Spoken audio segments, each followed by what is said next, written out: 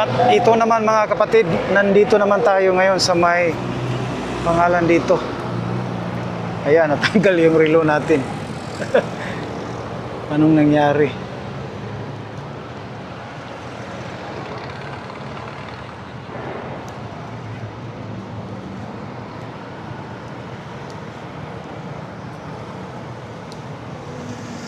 Dito naman tayo sa May Ulas. Andito naman tayo sa May Ulas mga kapatid, no?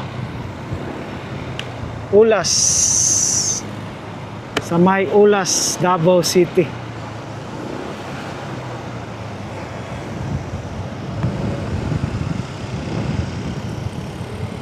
Ayan, yung harap.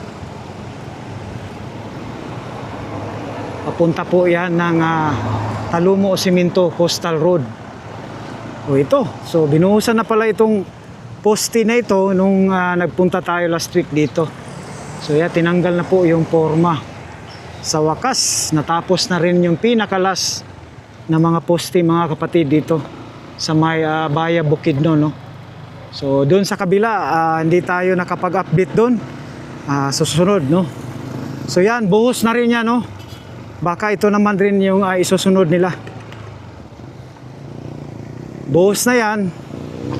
I think pagbalik natin yan, tanggal na naman, no? So tama yung ma-apply over. Pag natapos yun, dito sila. So ayan. Ito po yung update ng Ulas Viaduct. Ito po yung kalsada na ito ay going to Mintal, Davao City, Marilog. Yun, diretso-diretso na po ng Bukidnon. Via Bukidnon. So connect po ito sa Talumo, doon sa may Talumo Cemento Coastal Road, no? Na-vlog ko na yan sa mga past vlog natin. Doon sa ating 23, 24, 25, no, na mga taon, no. Binablog ko yun saan po yung kalsada lulusot. Ayan. Ito. So may forma na doon, no. Kita natin may forma na. So simentado na po. At saka dito ay nagsimento na naman sila dito sa kabila. So talagang napaka mga kapatid, no. Napakabilis. Ayan. Last week wala ito. So ngayon nandito na. So si Toy na yung Toy. Si Toy na yung humiga. Okay. So ito po yung update dito sa may Ulas Viaduct. At tayo po ay pauwi na. Ayan. Last na project ito, itong buong araw, itong February 14. So ito talagang may proseso dyan, na yan, no? Pangalan dyan. Gagawin pa yan ng ikakabkab nila o iskabit nila yan, no? Talagang nila yan mga kapatid, no?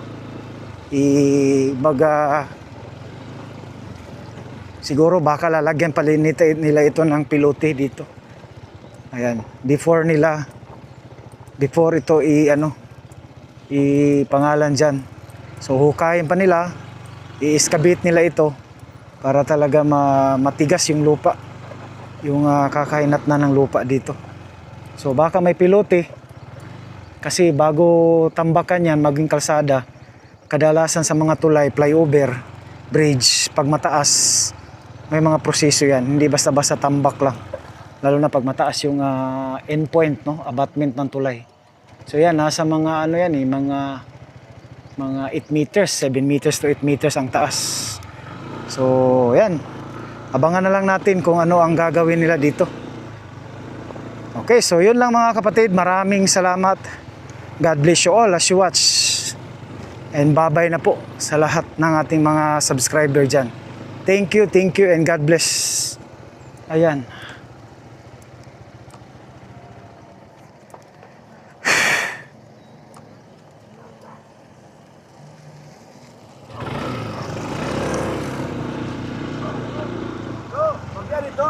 Yes, sir.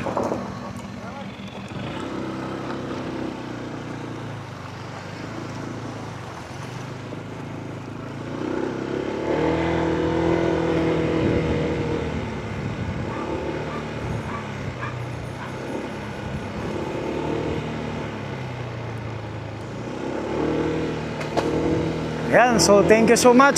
Salamat sa Panginoon sa strength niya na binigay sa atin and protection. Maraming salamat, Lord. God bless you all as you watch. Ito na po yung kalsada going to Bukidnon. Ayan, oh. So dito wala nang aayusin dito. Tuloy-tuloy na po ito. Ito na po yung ano. So sa ngayon, yung ginagamit ngayon yung bypass road dito sa may ano. So yan na po. Street yan, going na po yan ng Bukidnon.